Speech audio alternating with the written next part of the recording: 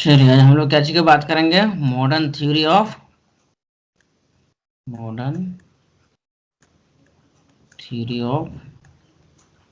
Rate of interest. ठीक है, या इसी को दूसरा हम लोग क्या बोलते हैं? ISLM theory of interest. ठीक है,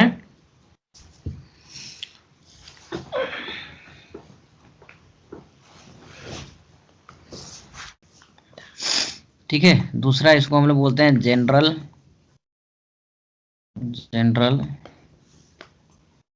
थ्योरी ऑफ इंटरेस्ट। ठीक है, और लास्ट में Hicks and Hansen theory of interest. इतना नाम से एक और कुछ बोलते हैं?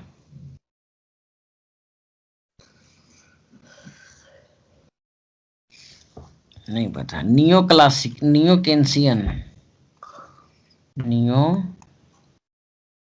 केंसियन थ्योरी ऑफ इंटरेस्ट। ठीक है,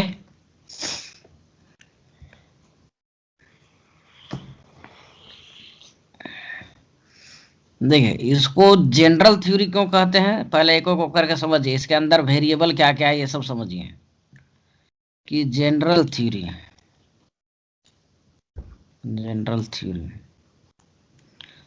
थ्योरी के पहले हम लोग क्या क्या देखे हैं?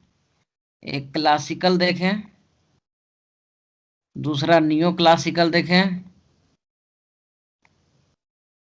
तीसरा केंसियन देखें। ठीक है, ये जो है सिर्फ क्या बनता है? रियल सेक्टर का, जिसमें ये सेविंग, इन्वेस्टमेंट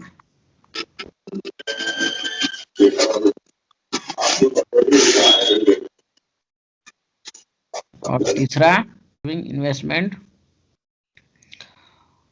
और मार्जिनल प्रोडक्टिविटी ऑफ कैपिटल। ठीक है, तो बेसिकली यहां पर आई को क्या बोलता है? क्या बोलता है जी? डिमांड फॉर कैपिटल, है ना? जो बताएं वही यहाँ पर रिपीट कर रहे हैं क्योंकि सब चीज के यहाँ जरूरत पड़ेगा। और एस को बोलता है सप्लाई ऑफ कैपिटल। ठीक है, तो इन्वेस्टमेंट हमारा कहां तक होगा?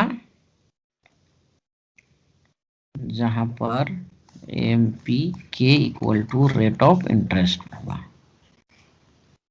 ठीक है, तो ये रियल सेक्टर का सिर्फ बात कर रहा है। इतना ही ना बोलता था जी, और कुछ बोल रहा था? मतलब कि सेविंग इक्वल टू इन्वेस्टमेंट, और वहीं पे रेट ऑफ इंटरेस्ट डिटरमाइन होगा, और वहां पर हमारा मार्जिनल प्रोडक्टिविटी ऑफ कैपिटल भी इक्वल होगा। ठीक है, तो अगर मार्जिनल प्रोडक्टिविटी ऑफ कैपिटल ज़्यादा होगा रेट ऑफ इंटरेस्ट से, तो ये और इन्वेस्टमेंट बढ़ेगा। ठीक है, बढ़ेगा तो फिर इन्वेस्टमेंट बढ़ेगा तो मार्जिनल जो प्रोडक्टिविटी है कम होगा, और अल्टीमेटली ये क्या हो जाएगा?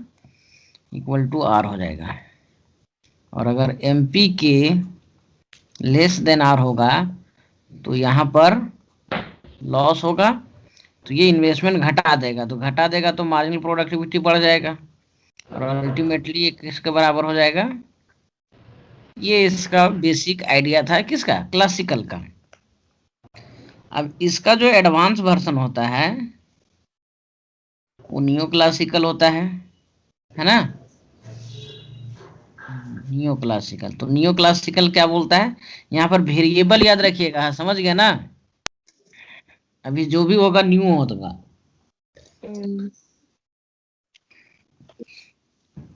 बढ़िया से पार्ट पार्ट बता रहे हैं, समझना है समझिएगा बढ़िया से, ना तो जिंदगी भर नहीं समझ में आएगा, क्योंकि ये सारा थ्योरी का मिक्सचर है ये। तो इधर क्लियर नहीं होगा तो यहाँ पर भी क्लियर नहीं होगा।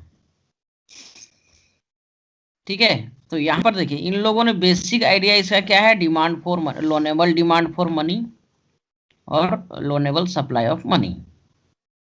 ठीक है, और जहां पर ये दोनों बराबर होगा वहीं पर रेट ऑफ इंटरेस्ट होगा। तो देखिए ये क्लासिकल जो है सिर्फ किस चीज को बारे में एक्सप्लेन कर रहा था, डिमांड फॉर मनी के बारे में, है ना। एक साइड को लेके चल रहा था कि हम इन्वेस्टमेंट कितना करेंगे, तो जितना मार्जिनल प्रोडक्टिविटी होगा उतना के बराबर करेंगे।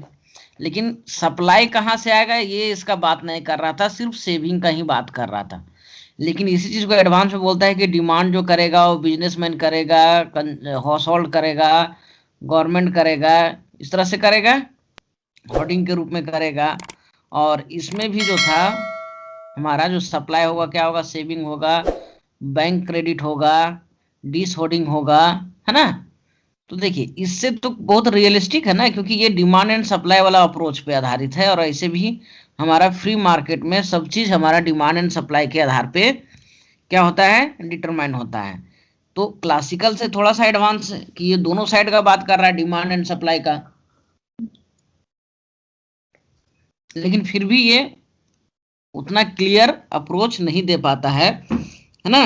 लेकिन फिर भी हाँ, दोनों ये रियल सेक्टर और मॉनेटरी सेक्टर दोनों को थोड़ा थोड़ा एक्सप्लेन करता है कि डिमांड साइड आपका रियल सेक्टर का करता है और सप्लाई साइड मॉनेटरी का, है ना। कि वो ये अच्छे से क्या कर नहीं पाया था, डिफाइन, हाँ अच्छा से डिफाइन नहीं कर पाया था कि डिमांड किस तरह किस से होगा, कौन इंटरेस्ट इलास्टिक होगा, कौन क्या होगा, और सप्लाई कहाँ से आएगा, है ना। एक्चुअली सप्लाई तो हमारा क्या होता है, इन इलास्टिक होता है, लेकिन इन लोगों ने रेट ऑफ इंटरेस्ट के साथ उसको कनेक्ट कर दिया था। ठीक है, उसके बाद इसका जो सुधार वर्सन होता है, इंप्रूवमेंट वर्सन जो होता है, केन्स एक नया आइडियोलॉजी के साथ आता है, प्योरली मॉनेटरी फिनोमेना लेके। कौन सा लेके आता है, प्योरली मॉनेटरी फिनोमेना, कि rate of interest is a purely monetary phenomena. ये कौन बोला सर? हाँ कि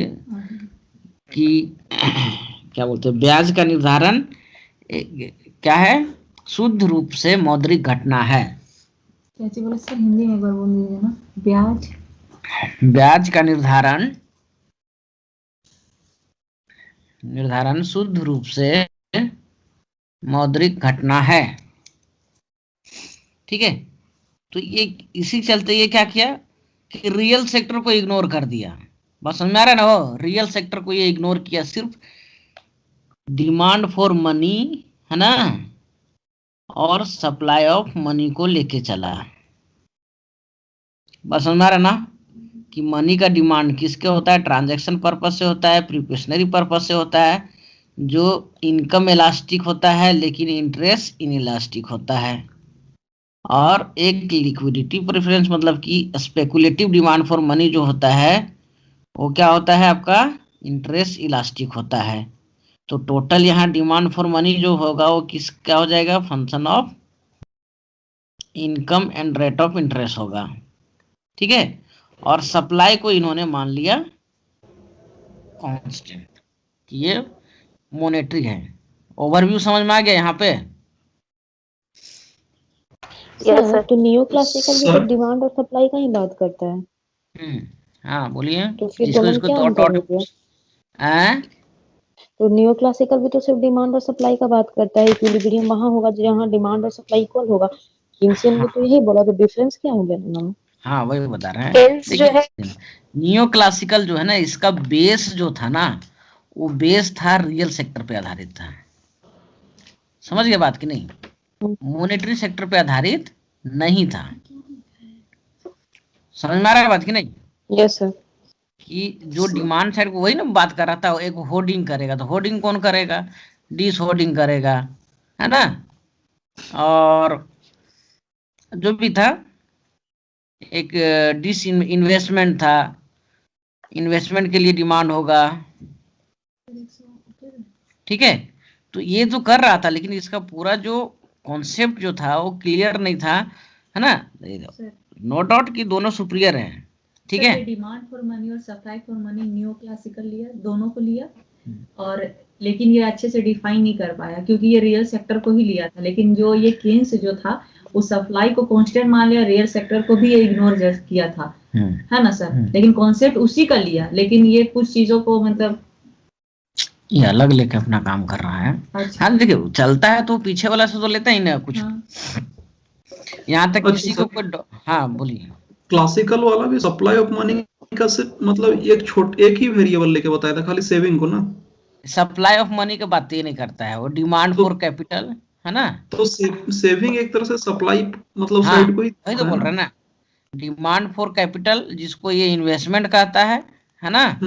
और investment is a function of rate of interest positive negatively, और दूसरा बोलता है supply of capital, supply of capital, ठीक है।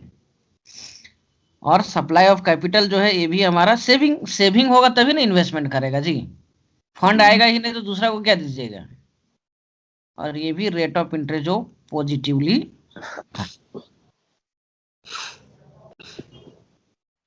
सर मतलब क्लासिकल ये दोनों का बात किया ना, सप्लाई और डिमांड। हाँ अभी जो ठीक क्लासिकल सप्लाई और डिमांड दोनों थोड़ी। अरे भाई कैपिटल बोलता है demand for capital, demand for capital. हाँ ठीक है। यहाँ पर जिसको इसको कुछ भी डाउट है यहाँ पर पूछ लीजिए।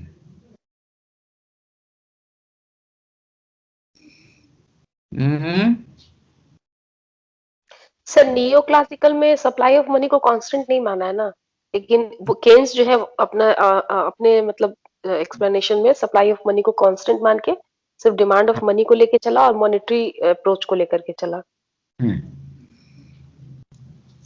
यहाँ पर देखिए, यहाँ पर थोड़ा सा गौर कीजिए, यहाँ पर आपको वेरिएबल क्या क्या मिल रहा है वो देखिए पहले, कि इतना सारा चीज आपको रेट ऑफ इंटरेस्ट के साथ साथ इतना सारा चीज आपको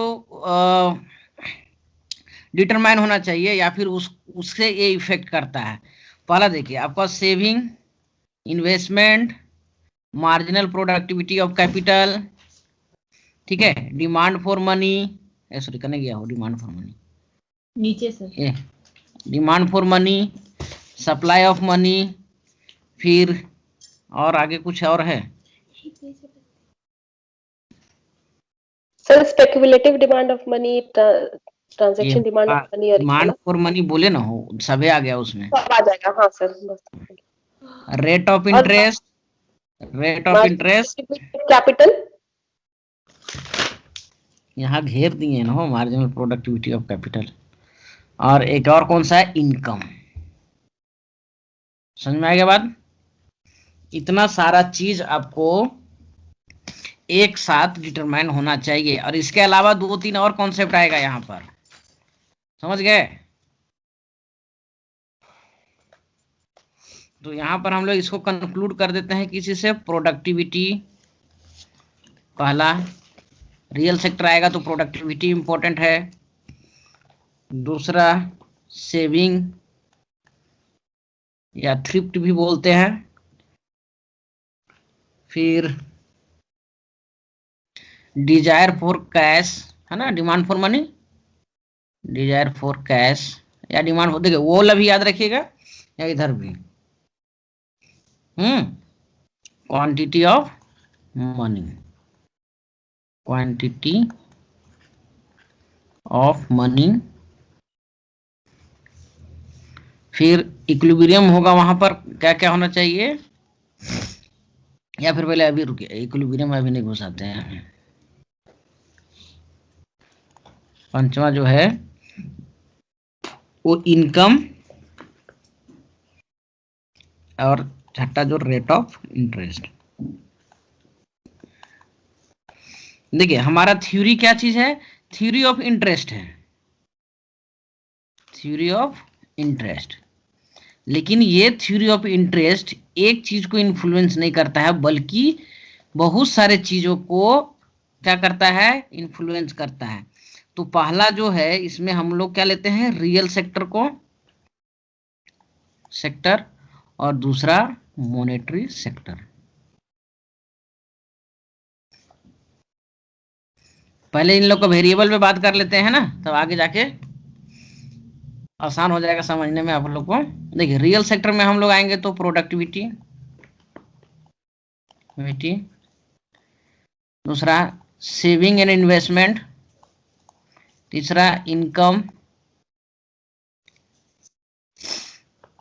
अब देखिए प्रोडक्टिविटी को ही हम लोग क्या बोलेंगे, marginal productivity of capital, saving है, इन्वेस्टमेंट। ठीक है, ये इतना सारा चीज कम से कम ये इसका आ जाएगा आपका रियल सेक्टर में। और इधर जो आएगा आपका क्या आ जाएगा, डिमांड फॉर मनी, दूसरा सप्लाई ऑफ मनी, है ना। या इसको एग्रीगेट हम लोग देखिए, सप्लाई को तो ये भी कांस्टेंट मानेगा, क्वांटिटी ऑफ मनी या फिर क्वांटिटी डिमांड फॉर मनी। दोनों को समझ में आ गया दोनों साइड से। अब देखिए यहां पर अब पीछे वाला कॉन्सेप्ट यहां पर आगे आएगा, तब यहां पर समझ में आएगा। जो छोटा छोटा पार्ट बाय पार्ट है उसको हम बता रहे हैं, ठीक है। देखिए अब रियल सेक्टर में हम लोग जब भी बात करते हैं तो यहां पर हमारा जब इन्वेस्टमेंट है, रेट ऑफ इंटरेस्ट है y=c+s, है ना जी। तो यहां पर ये मल्टीप्लायर भी तो आ जाएगा ना, मल्टीप्लायर जो क्या करेगा, आपको इनकम जनरेट करेगा। बात समझ में आ रहा है ना, मल्टीप्लायर। तो इस केस में यहां पर मल्टीप्लायर इंपॉर्टेंट रोल देगा, इसलिए कि जब रेट ऑफ इंटरेस्ट कम होगा, इन्वेस्टमेंट बढ़ेगा, तो इनकम जो जनरेट होगा वो कितना जनरेट होगा, डेल वाई इक्वल टू कितना होगा जी, के डेल आई। ठीक है, अब यहां पर y जब बढ़ेगा, अब यहां पर आपका सेविंग भी बढ़ेगा, दूसरा कंजम्पशन भी बढ़ेगा। बात समझ में आ रहा ना। अब देखिए आपके पास अब यहां पर घुसाइए क्या, जब सेविंग बढ़ेगा तो मतलब ये सप्लाई, क्लासिकल वाला कॉन्सेप्ट सप्लाई ऑफ कैपिटल बढ़ गया ना जी यहाँ पर क्लासिकल के अनुसार। तो ये इन्वेस्टमेंट भी तो देगा ना, तो ये बढ़ेगा तो यहाँ पर इन्वेस्टमेंट भी बढ़ेगा। मतलब हर इनकम लेवल पे हमारा सेविंग इक्वल टू इन्वेस्टमेंट होगा। यहां तक समझ में आया, ये लिंक समझ में आया सबको। सब इनकम के बाद क्या बोले वो नहीं समझ में आया। जैसे मल्टीप्लायर होगा, उसके बाद डेल वाई जो के डेल आई के बाद, जैसे कि इन्वेस्टमेंट बढ़ेगा ना जी, ऐसे देखिए तो इन्वेस्टमेंट बढ़ेगा तो हमारा इनकम जनरेट होगा। तो इनकम हमारा कितना जनरेट करेगा, के टाइम्स ऑफ इन्वेस्टमेंट। समझ में आया बात कि नहीं, कि नहीं? हाँ तो समझ में आ गया। हाँ तो ये बढ़ा ना, इनकम बढ़ा सीधा सीधी, कैपिटल वाला मत करें, कंजम्पशन है,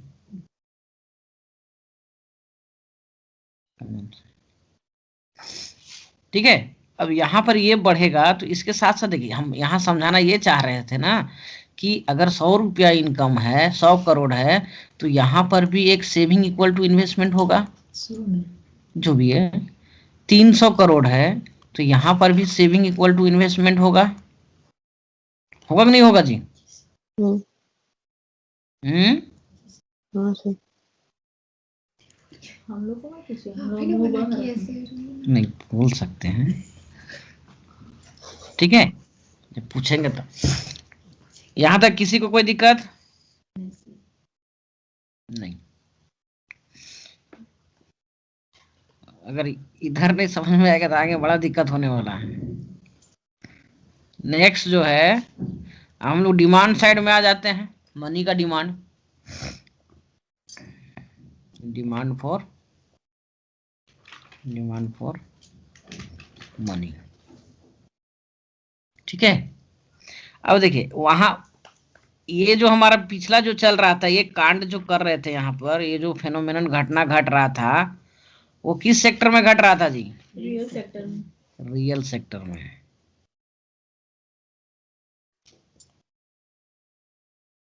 सारा काम रियल सेक्टर में। हाँ, अब कर्म कांड यहाँ पर मनी सेक्टर में होता, मॉनेटरी सेक्टर में, मॉनेटरी सेक्टर में। अब यहाँ का भी कुछ रिलेशन समझ में आना चाहिए कि देखिए पहला रिलेशन जो है कि डिमांड फॉर मनी जो है और रेट ऑफ इंटरेस्ट के साथ, और दूसरा डिमांड फॉर मनी और इनकम के साथ। ठीक है, तो यहां पर देखिए ये जब हमारा रेट ऑफ इंटरेस्ट घटेगा तो ये बढ़ेगा, बढ़ेगा ना जी? यस। अगर ये बढ़ेगा तो ये घटेगा, ये तो सबको पता है, नेगेटिव रिलेशन।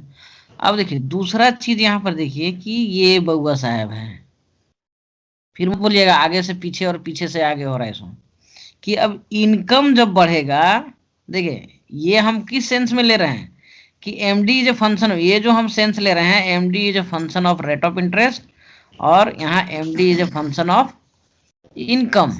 ठीक है, तो अगर ये बढ़ेगा तो डिमांड फॉर मनी बढ़ेगा। यहाँ तक समझ में आया सबको? इनकम बढ़ेगा। सर जब इनकम ज्यादा रहेगा तो फिर डिमांड ऑफ मनी क्यों बढ़ेगा सर? अच्छा ये बताइए, आप फाइनेंस करवाए हैं अभी तक कुछ चीज का? नहीं सर। कौन करवाता है? बाइक लेना है, गाड़ी लेना है, फ्रिज लेना है, कब लीजिएगा आप बताइए तो? पैसा रहेगा तो नहीं लेंगे। फाइनेंस करवाइएगा ना जी। आजकल देखिए 4 व्हीलर भी लेते हैं तो फाइनेंस कराना पड़ता है, इंटरेस्ट होगा, है ना? तो कहने का मतलब है कि आपका जब आय बढ़ेगा, थोड़ा आय रहेगा, वही स्टार्टिंग में नहीं बोले थे जी, जो एक लेबर क्लास है उसको कोई मतलब नहीं है कि वो आपको फाइनेंस में 2% पे दे रहा है, 3% पे दे रहा है, या बैंक आपको 1% पे दे रहा है या 2%। लेकिन जिसका जैसे मिडिल इनकम ग्रुप होता है, तो मिडिल इनकम ग्रुप के में क्या होता है, कंजम्पशन ज्यादा होता है। क्यों? क्योंकि उसका आय जो होता है मिडिल होता है, तो वो बैंक से लोन भी ज्यादा ले लेता है। जो हम सरकारी नौकरी वाला लोग को बात कर रहे थे ना, उन लोग देखिएगा हमेशा वो कर्जे में डूबल रहता है। समझ में आ रहा बात की नहीं? हाँ सर। हाँ, तो कहने वाले इनकम जब बढ़ेगा तभी हम मनी का डिमांड कर सकते हैं। तो देखिए अगर अंबानी ले लीजिए, टाटा इस सब का ले लीजिए, तो उन लोग के पास इनकम अथाह है तो लोन भी अथाह लेता है ना, ले दे के भाग जाता है। विजय माल्या का नाम सुने थे ना जी? Yes sir. कि नहीं सुने हैं? और एक और क्या था वो, नीरव मोदी। वो देश निकाल। हाँ, तो ये कॉन्सेप्ट है यहाँ, तो ये प्रैक्टिकल चीज काम करता है कि अगर ज्यादा कोई लोन लेना शुरू कर देगा तो डिमांड फॉर मनी बढ़ जाएगा, है ना? और डिमांड फॉर मनी बढ़ जाएगा तो क्या होगा? डिमांड फॉर मनी बढ़ेगा। अब आपका यहाँ से उल्टा सप्लाई बढ़ने लगेगा तो रेट ऑफ इंटरेस्ट बढ़ जाएगा। ये लिंक समझ में आया?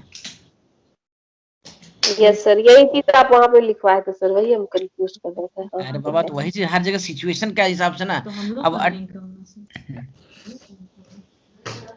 ट्रेंडम अब कहीं पर भी कहीं लगा दीजिएगा तो फिर उल्टा पुल्टा होने लगता है ना। Yes sir. तो ये चीज समझ में आ रहा है ना, पूरा क्लियर?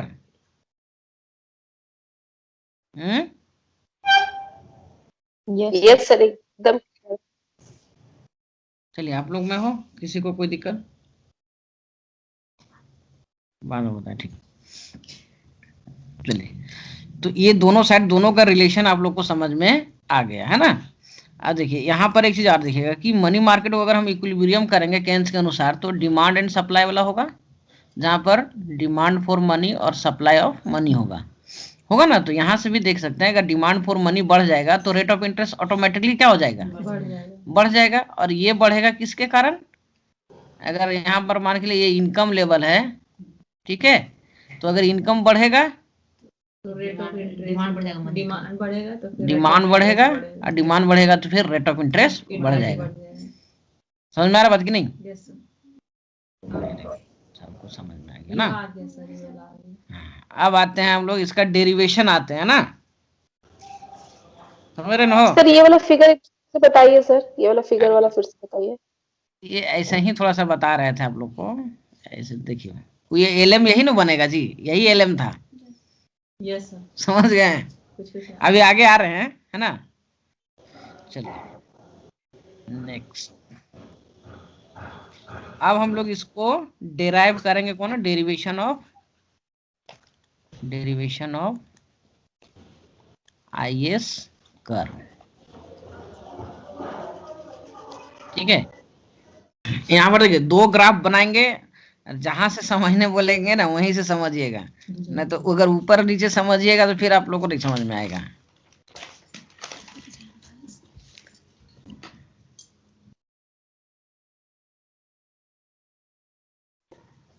देखिए एक चीज और याद रखिएगा ना, फाइनल डिटर्मिनेशन जो होगा ना, किसका होगा final determination? Rate of interest, अरे बाबा इसमें बोला रेट ऑफ, उसमें भी आईएसएलएम में रेट ऑफ इंटरेस्ट और एम्प्लॉयमेंट इनकम। अब देखिए इनकम तो ऐसे नहीं ना बढ़ेगा जी, एम्प्लॉयमेंट तो अपने आप दे देगा ना, तभी ना बढ़ेगा। चलिए यहाँ पर है सेविंग इन्वेस्टमेंट, ठीक है, और ये हॉरिजेंटल में आपका इनकम, यहाँ पर रेट ऑफ इंटरेस्ट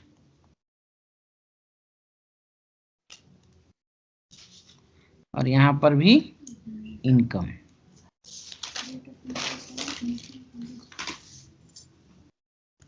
हो गया? देखिए अब यहाँ पर आपको क्या चीज देखना है कि पहले रेट ऑफ इंटरेस्ट को देखिए, ठीक है, या फिर इनकम लेवल को, जैसे भी देखना है। पहले हम इसको छाप लेते हैं ना, उसके बाद आपको बताते हैं, ना तो गड़बड़ाने लगेगा। देखिए यहाँ सेविंग को जो है ना, केन्सियन सेविंग फंक्शन को लिया है, सेविंग फंक्शन। सेविंग क्या है? Saving is a function of income not interest, ठीक है? इंटरेस्ट से इसको कोई मतलब नहीं है कि आय के प्रोपोर्शन ही ये बढ़ेगा, तो आय जैसे जैसे बढ़ेगा वैसे वैसे सेविंग भी बढ़ेगा। तो ये कौन लिया था सर, सिर्फ इनकम को? ये क्लासिकल ना सर? नहीं सर, ये कीन्स लिया था, क्लासिकल रेट ऑफ कीन्स नहीं इंटरेस्ट को लिया था। वो तो रेट ऑफ इंटरेस्ट लेगा ना, कीन्स लिया था, ठीक है? तो अगर मान के चलते हैं कि लो, यहाँ पर क्या होगा कि लो इनकम रहेगा तो लो सेविंग होगा। जैसे जैसे हमारा इनकम बढ़ेगा, ठीक है, यहाँ पर हम लोग लेते हैं y1 y2 y3,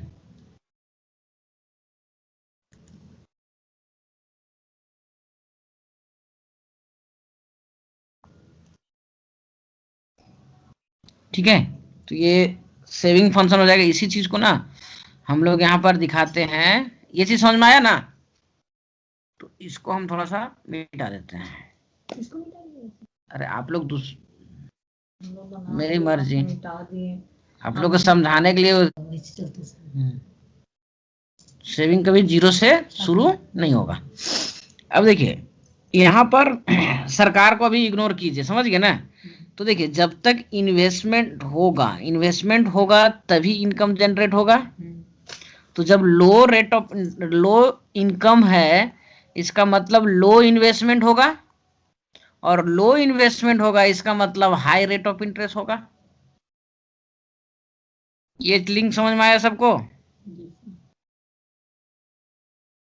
सर मतलब इनकम कम रहेगा तो इसका मतलब इन्वेस्टमेंट कम हो रहा है, और जब इन्वेस्टमेंट कम होगा इसका मतलब इन्वेस्टमेंट कम हो रहा है। क्यों कम हो रहा है? क्योंकि रेट ऑफ इंटरेस्ट ज्यादा। ये लिंक समझ में आया हो? सर कीन्स बोला था saving is also, investment is also a function of income, इसलिए इनकम और इन्वेस्टमेंट लिया ना यहाँ पे। आल्सो नहीं हो, ओनली। अच्छा ठीक है, तो ये इसीलिए चीज समझ में लिया आया? है। हाँ हाँ, ठीक है, समझ में आ गया सर। नियो केंसियन है ना, तो भाई वही ना लेगा, उसी का टर्मोलॉजी उसी का यूज कर रहा हूँ। अब सर हम एक बार लोग फिर से बोलिए। कौन वाला, ये इनकम, इन्वेस्टमेंट और रेट ऑफ इंटरेस्ट। हाँ हाँ देखिए, यहाँ पर आप लोग को एज्यूम करने के लिए बोल रहे हैं कि मान के चलते हैं अर्थव्यवस्था में सरकार कुछ नहीं कर रही है, ठीक है, मतलब एक एज्यूम समझने के लिए। तो स्टार्टिंग में क्या है, आपके पास इनकम कम है ना, तो इनकम कम है, तो इसका मतलब क्या हो रहा है कि आपके यहाँ इन्वेस्टमेंट कम हो रहा है, समझ रहे बात की नहीं। हाँ और इन्वेस्टमेंट कम क्यों हो रहा है, क्योंकि आपके यहाँ रेट ऑफ इंटरेस्ट ज्यादा है, ये समझ में आया।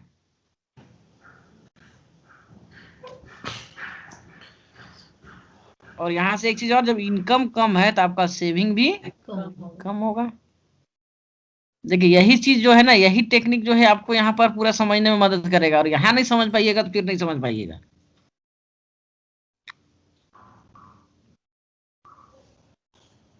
क्लियर हुआ हो अनिमेश बाबू?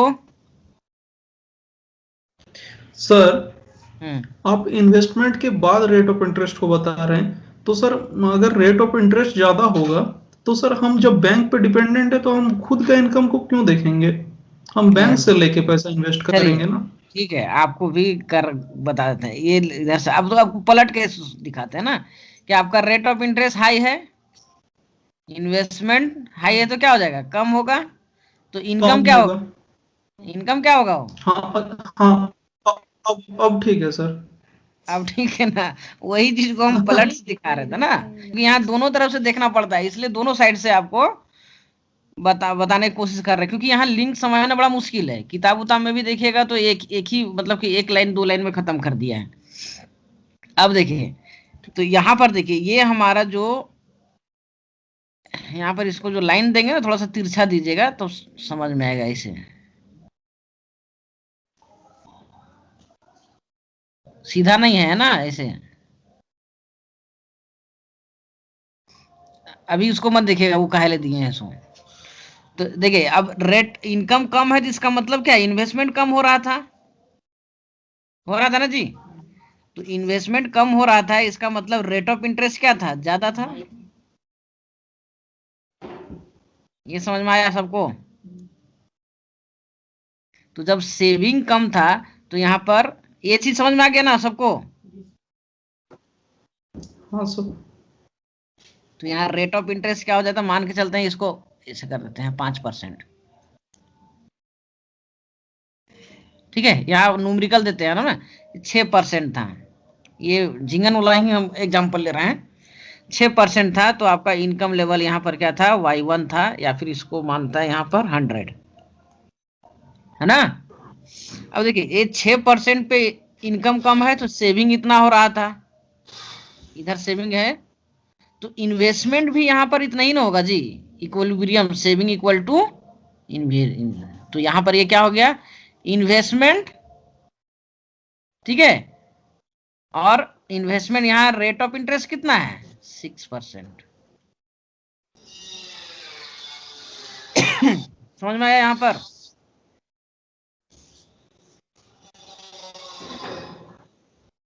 और यहाँ पर लो इनकम लेवल पे लो सेविंग इक्वल टू इन्वेस्टमेंट हुआ। नेक्स्ट जो है कि अब मान के चलिए रेट ऑफ इंटरेस्ट, अब रेट ऑफ इंटरेस्ट की तरह से लीजिए, रेट ऑफ इंटरेस्ट घट जाता है, तो ये कितना हो जाएगा, 5%, तो मल्टीपल टाइम्स इनकम को जनरेट करेगा ना। समझ में आ रहा बात की नहीं?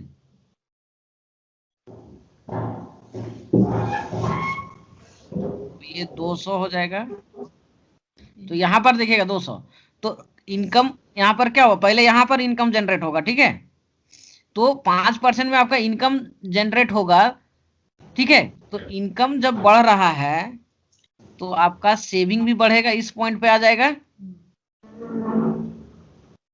E1 E2, ठीक है, और यहाँ पर I जो है I और R इक्वल टू 5%, तो यहाँ पर भी एक सेविंग इक्वल टू इन्वेस्टमेंट होगा, इन्वेस्टमेंट, और यहाँ का जो आएगा ये इसको इनकम और रेट ऑफ इंटरेस्ट को डिटरमाइन करेंगे तो ये इस पॉइंट पे आएगा। दूसरा, जब रेट ऑफ इंटरेस्ट और कम हो जाता है तो फिर इन्वेस्टमेंट बढ़ेगा।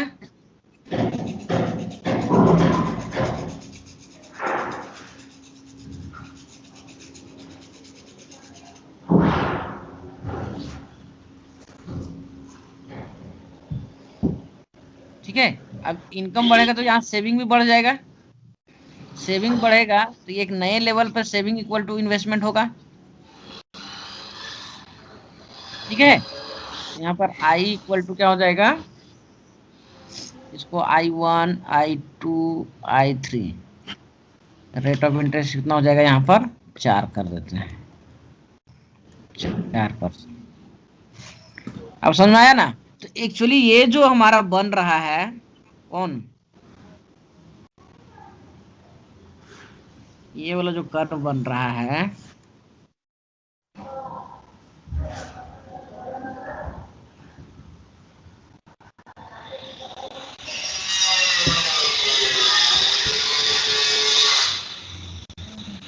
ठीक है,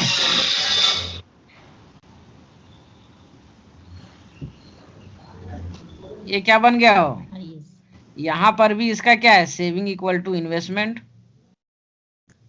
यहाँ पर भी इस पॉइंट पर भी है क्या, सेविंग इक्वल टू इन्वेस्टमेंट, ऊपर वाला इधर क्या हो गया, रेट ऑफ इंटरेस्ट, इधर इनकम, और यहाँ पर भी हो गया सेविंग इक्वल टू इन्वेस्टमेंट। तो इसी के चलते इसको हम लोग क्या बोलते हैं, IS। अब देखिए यहाँ पर एक चीज और, कि जैसे जैसे रेट ऑफ इंटरेस्ट कम हो रहा है वैसे वैसे इन्वेस्टमेंट बढ़ेगा। अब इन्वेस्टमेंट बढ़ेगा तो एमपी के क्या होगा, घटेगा। समझ में आ रहा बात कि नहीं।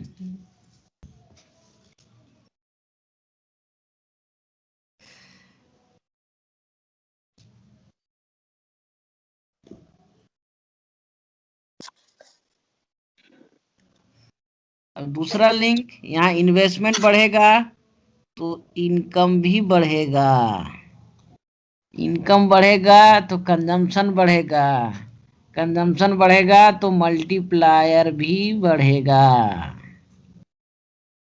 समझ में आ रहा बात कि नहीं। और ये मल्टीप्लायर कंटिन्यू करता रहेगा। IS में इतना सारा चीज था वो।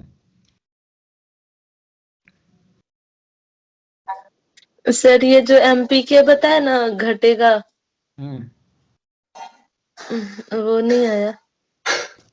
पीछे होगा तो कैपिटल ज्यादा होगा ना जी, है इन्वेस्टमेंट होगा तो कैपिटल फॉर्मेशन ज्यादा होगा। पहले 1 गो था, अब 2 गो होगा, 3 गो होगा, तो उत्पादन तो उतना ही होगा, लेकिन इससे रिटर्न जो मिलेगा, सप्लाई बढ़ा देगा ना, तो सप्लाई बढ़ा देगा तो प्राइस कम हो जाएगा, प्राइस कम होगा तो प्रॉफिट भी कम होगा, मतलब कि एडिशनल कैपिटल से उसका रिटर्न जो होगा वो कम होगा। उसी चीज को यहाँ बोल रहा है मार्जिनल प्रोडक्टिविटी ऑफ कैपिटल। जैसे कि लेबर में होता है ना जी, कि एक लेबर लगाए मन धन से काम करेगा, दूसरा लगाए बात करेगा, कम मिलेगा, कम प्रोडक्टिविटी होगा, तीसरा का होगा उससे कम करेगा। बात समझ में आ रहा कि नहीं।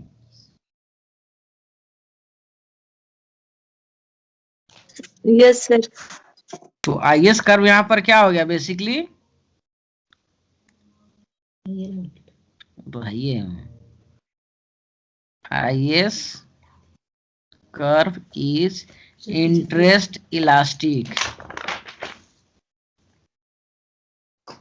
इलास्टिक है ना, किसी को छूट गया था का, देखिए इंटरेस्ट इलास्टिक, हाँ इलास्टिक है ना, होगा वो, यस सर, कैसे होगा, इलास्टिक है, हाँ ये इन इलास्टिक नहीं होगा, इसलिए सर अभी इलास्टिक बोलते इलास्टिक नहीं होगा, आप बोला सर इंटरेस्ट इलास्टिक होगा, क्योंकि यहाँ पे क्या बोलते सर, इनकम में अगर परिवर्तन हो रहा है ना तो रेट ऑफ इंटरेस्ट छोड़िए हम जानते। इंटरेस्ट इन इलास्टिक बोला मतलब इंटरेस्ट इंडिपेंडेंट वेरिएबल है ना, तो इंटरेस्ट के बढ़ने या घटने से इनकम पे कोई मतलब ज्यादा असर पड़ेगा। इलास्टिक लिखे वो सब आधा तिहा काहे सुनते हैं? इन इलास्टिक नहीं है, इंटरेस्ट इलास्टिक वो लिखे हैं ना, देखिए तो थोड़ा सा चेंज होने की वजह से तुरंत चेंज तुरंत चेंज सर, करना है। हम मतलब पीछे बोल रहे थे ना, थोड़ा सा बस चेंज। हम हाँ। बोले मतलब थोड़ा सा इंटरेस्ट में चेंज होगा तो इनकम पे बहुत ज्यादा फर्क पड़ेगा, तो इंटरेस्ट क्योंकि यहाँ पर हमारा बेसिकली क्या है कि रेट ऑफ इंटरेस्ट कम होगा तो इन्वेस्टमेंट बढ़ेगा, इन्वेस्टमेंट बढ़ने के कारण इनकम मल्टीपल टाइम्स बढ़ेगा। समझ गए? अब यहाँ से पूछेगा कि आईएस कर्व जो है, इसका slope of IS curve depend on rate of interest ROI। बाबा यार, ये ऐसा होगा कि ऐसा होगा, कैसा होगा, ये किस पे डिपेंड करेगा? सेविंग पे। सर मल्टीप्लायर पे, रेट ऑफ इंटरेस्ट पे ना करेगा सर। सर मल्टीप्लायर पे, सर मल्टीप्लायर पे, सर मल्टीप्लायर पे। और ये income sir rate of interest पे क्यों नहीं करेगा, उस पे भी करेगा। ऐसे होगा, ऐसे देखिए यहाँ यही चीज तो समझाने की चीज है वो, कि अगर रेट ऑफ इंटरेस्ट यहाँ से घटा, ठीक है, 2%, तो ये इनकम कितना जनरेट करेगा वो किस पे डिपेंड करेगा? के वैल्यू पे ना जी। अगर ये वैल्यू मल्टीप्लायर का वैल्यू 10 होगा तो 10 गुना ना बढ़ेगा, मतलब कि ये आपका बढ़ जाएगा यहाँ से 10 दूना 20%, यहाँ इतना, तो ये इसका कैसा हो जाएगा? फ्लैटर। समझ रहे बात की नहीं? तो पहला तो वैल्यू ऑफ मल्टीप्लायर पे डिपेंड करेगा, मल्टीप्लायर वैल्यूज, और दूसरा जो है, अब मान के चलिए रेट ऑफ इंटरेस्ट कम कर दिया, अब इन्वेस्टमेंट ने नहीं हो रहा है, तो ये तो मल्टीप्लायर तो बाद की चीज है ना। तो पहला इलास्टिसिटी ऑफ इन्वेस्टमेंट,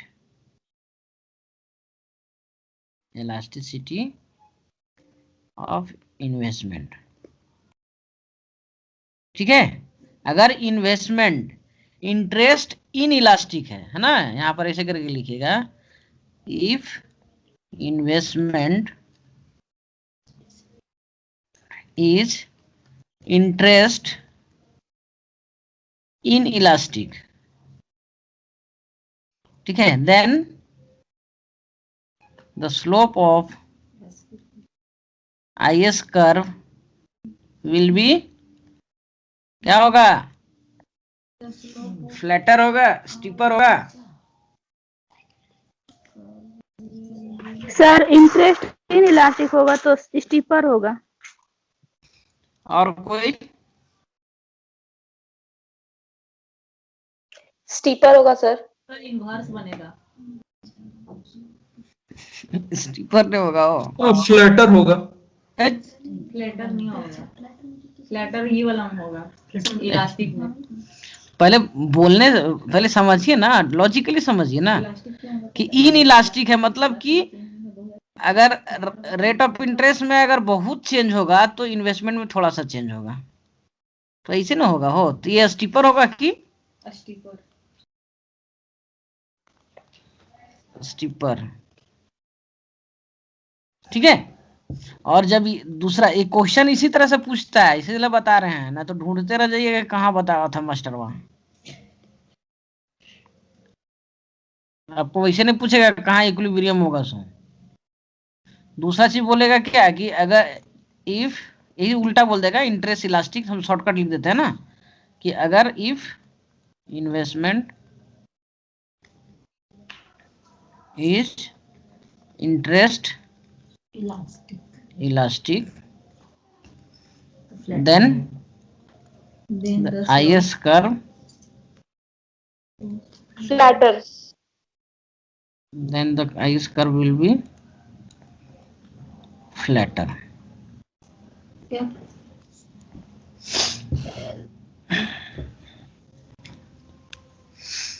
यहां तक समझ में आया?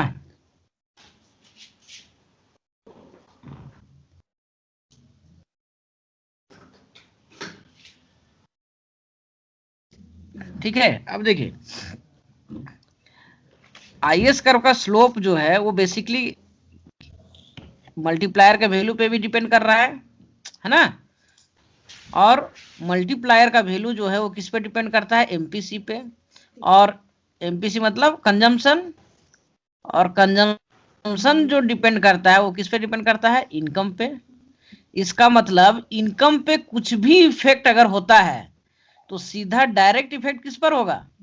आईएस पे। समझ में आ रहा बात कि नहीं हो? सर एक बार फिर से क्या बोले? के मल्टीप्लायर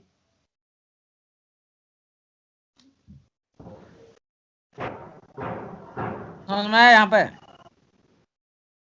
कि देखिए स्लोप जो इसका है, सुन लीजिए मुझे, स्लोप जो है आईएस का वो डिपेंड करता है मल्टीप्लायर पे। अभी मल्टीप्लायर में मान लेते हैं, और मल्टीप्लायर डिपेंड करता है किस पर? एमपीसी पे। एमपीसी मतलब कंजम्पशन फंक्शन, और कंजम्पशन डिपेंड करता है इनकम पे। तो अब कोई भी फैक्टर इनकम को इन्फ्लुएंस करेगा, इसका मतलब वो डायरेक्टली किसको इन्फ्लुएंस करेगा? आईएस को। तो अगर मान के चलते इन्वेस्टमेंट बढ़ा देंगे तो आईएस कर्व किधर शिफ्ट करेगा?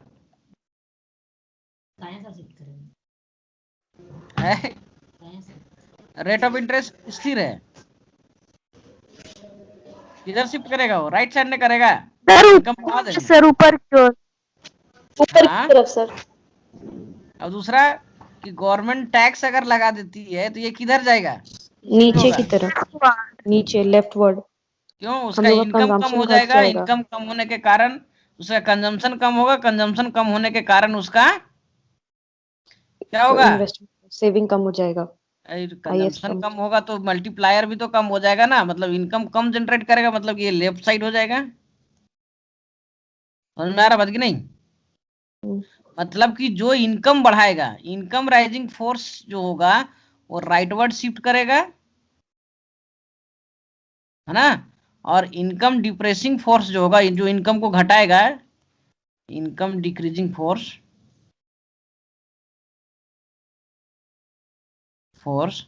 ये क्या करेगा? इसको डाउनवर्ड शिफ्ट करेगा, डाउनवर्ड या लेफ्टवर्ड, है ना? लेफ्टवर्ड।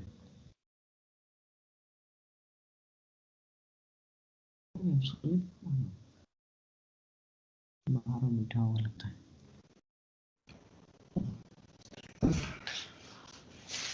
ये समझ में आया? तो अब पूछेंगे कि आईएस जो है किससे रिलेटेड है जी? मॉनेटरी पॉलिसी से कि फिजिकल पॉलिसी से? दोनों से नहीं, फिजिकल पॉलिसी। फिजिकल पॉलिसी से नहीं है जी।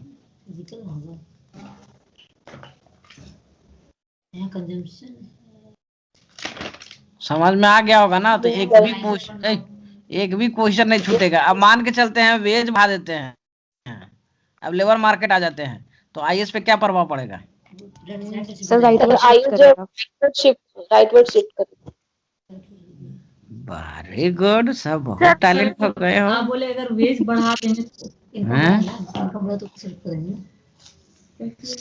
इसका बात थोड़ी ना करता ये अभी फैक्टर मार्केट का। क्या चीज? फैक्टर मार्केट का ये बात थोड़ी ना करता है अभी। अरे बाबा न्यू क्लासिकल, गुड्स मार्केट का बात करता है ना। न्यू क्लासिकल न्यू केंसियन में जाइएगा तो इसी से ना एक्सप्लेन करेगा, लेबर मार्केट, फैक्टर मार्केट। समझ में आ रहा बात कि नहीं? बहुत बड़ा लंबा चौड़ा चैप्टर है, वो छोटा सा थोड़ी है। सर इसमें यहाँ से देखिए लगेगा, अच्छे से समझाइए दीजिएगा इसको, इससे ना मेन यही समझना है, यही मेन समझना यहीं पे, इसीलिए इतना बोल रहे हैं ना। ठीक है, तो आज आईएएस रहने देते हैं, आप लोग पढ़िए खाली आईएएस, न तो फिर होच पोच हो जाएगा। समझ में आया बात कि नहीं? Yes sir. रहने दीजिए।